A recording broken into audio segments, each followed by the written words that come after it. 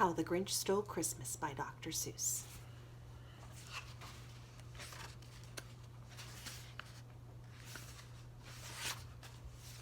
For Teddy Owens.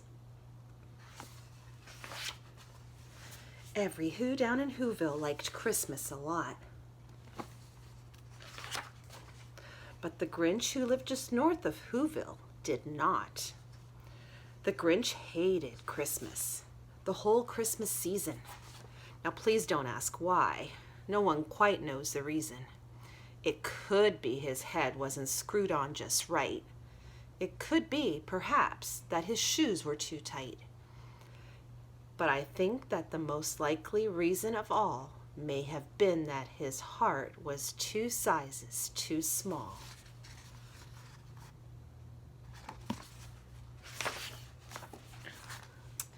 But whatever the reason, his heart or his shoes, he stood there on Christmas Eve hating the Whos, staring down from his cave with a sour, grinchy frown at the warm lighted windows below in their town.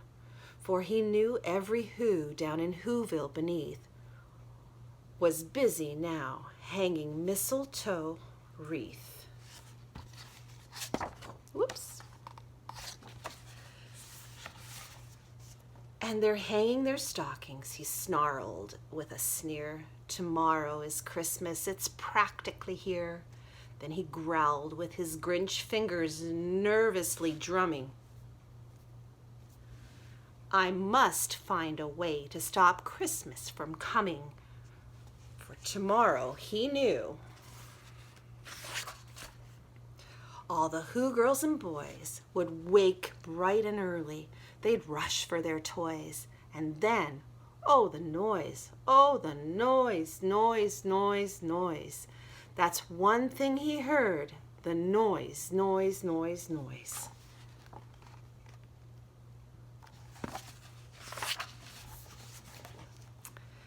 Then the Whos, young and old, would sit down to a feast, and they'd feast, and they'd feast, and they'd feast, feast, feast. They would feast on Who pudding and rare Who roast beef, which was something the Grinch couldn't stand in the least.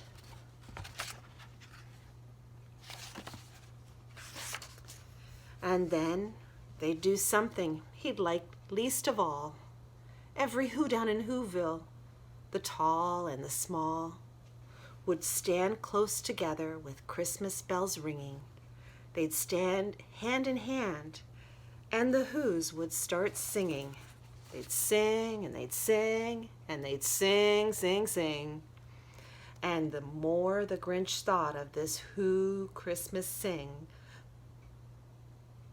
the more the Grinch thought, I must stop this whole thing. Why, for 53 years, I've put up with it now. I must stop this Christmas from coming, but how?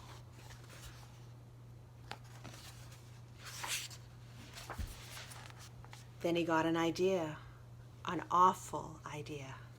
The Grinch got a wonderful, awful idea.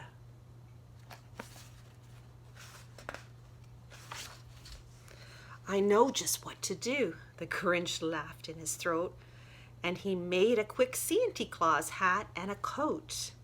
And he chuckled and he clucked. What a Grinchy trick. With his coat and his hat, I look just like Saint Nick. All I need is a reindeer. The Grinch looked around, but since reindeer are scarce, there was none to be found. Did that stop the old Grinch? No, the Grinch simply said, if I can't find a reindeer, I'll make one instead. So he called his dog Max, then he took some red thread and he tied a big horn on the top of his head. Oh, poor Max. Then he loaded some bags and some old empty sacks on a ramshackle sleigh, and he hitched up old Max. Then the Grinch said, "Get up!" And the sleigh started down toward the homes where the Whos lay a snooze in their town.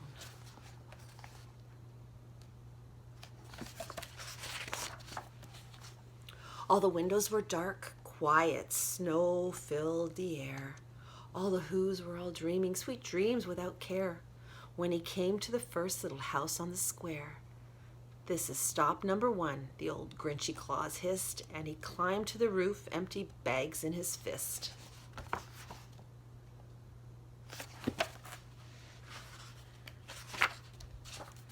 Then he slid down the chimney, a rather tight pinch, but if Santa could do it, then so could the Grinch.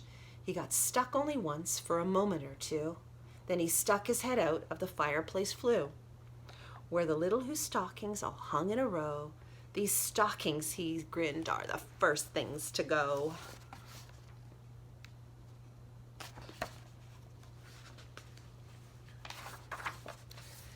Then he slithered and slunk with a smile most unpleasant around the whole room, and he took every present. Pop guns and bicycles, roller skates, drums, checkerboards, tricycles, popcorn and plums, and he stuffed them in bags.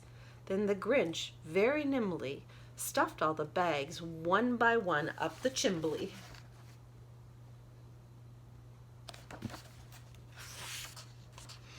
Then he slunk to the icebox. He took the Who's feast. He took the Who pudding. He took the roast beef. He cleaned out that icebox as quick as a flash. Why, that Grinch even took their last can of Who hash.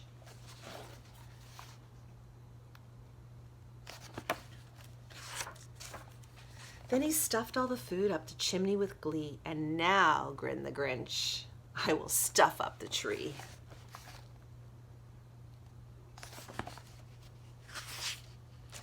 And the Grinch grabbed the tree and he started to shove when he heard a small sound like a coo of a dove. He turned around fast and he saw a small Who. Little Cindy Lou who was not more than 2. The Grinch had been caught by this tiny Who daughter who'd got out of bed for a cup of cold water. She stared at the Grinch and said, "Santa Claus, why? Why are you taking our Christmas tree? Why?"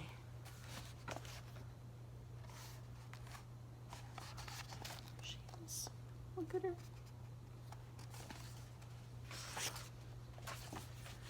But you know that old Grinch was so smart and so slick, he thought up a lie, and he thought it up quick.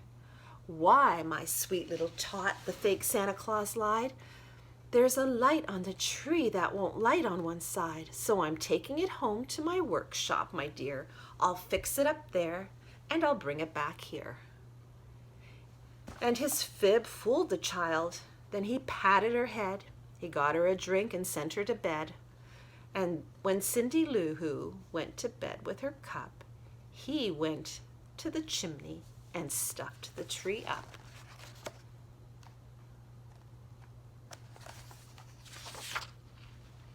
Then the last thing he took was the log for their fire. Then he went up the chimney himself, the old liar.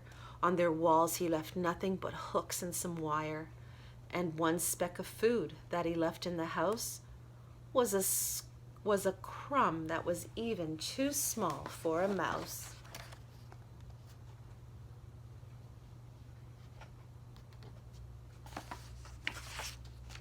Then he did the same thing to the other Who's houses, leaving crumbs much too small for the other Who's mouses.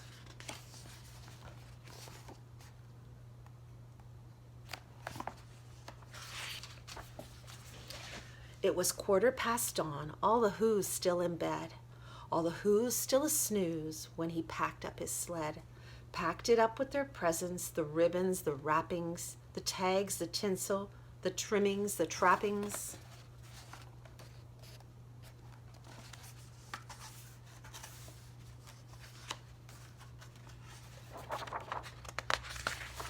Hold on. 3,000 feet up the side of Mount Crumpet, he rode his load to the tip top to dump it. Pooh-pooh to the Who's. He was Grinchishly humming. They're finding out now that no Christmas is coming. They're just waking up. I know just what they'll do. Their mouths will hang open a minute or two. Then the Who's down in Whoville will all cry boo-hoo.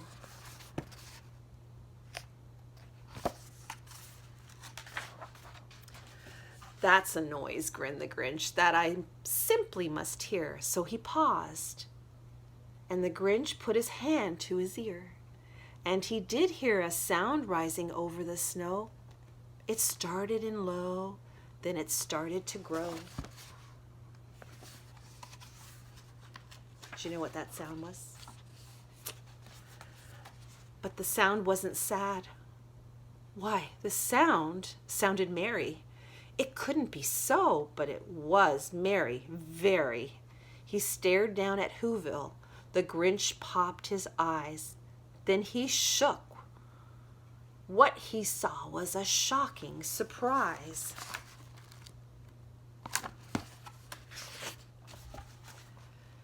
Every Who down in Whoville, the tall and the small, was singing without any presents at all. He hadn't stopped Christmas from coming. It came. Somehow or other, it came just the same. And, oh, sorry. Ooh.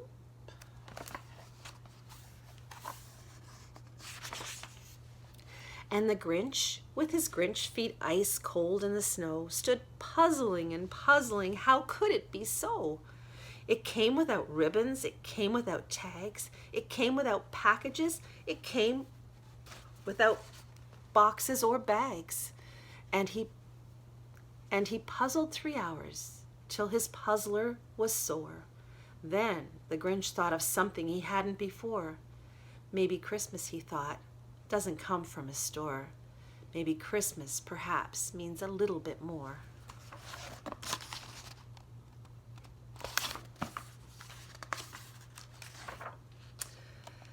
And what happened then? Well, in Whoville they say that the Grinch's small heart grew 3 sizes that day.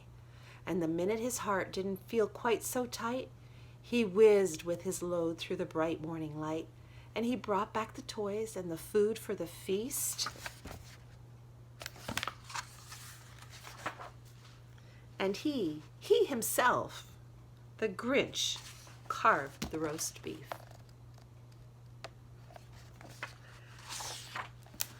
That's it. Hope you enjoyed that. Good night.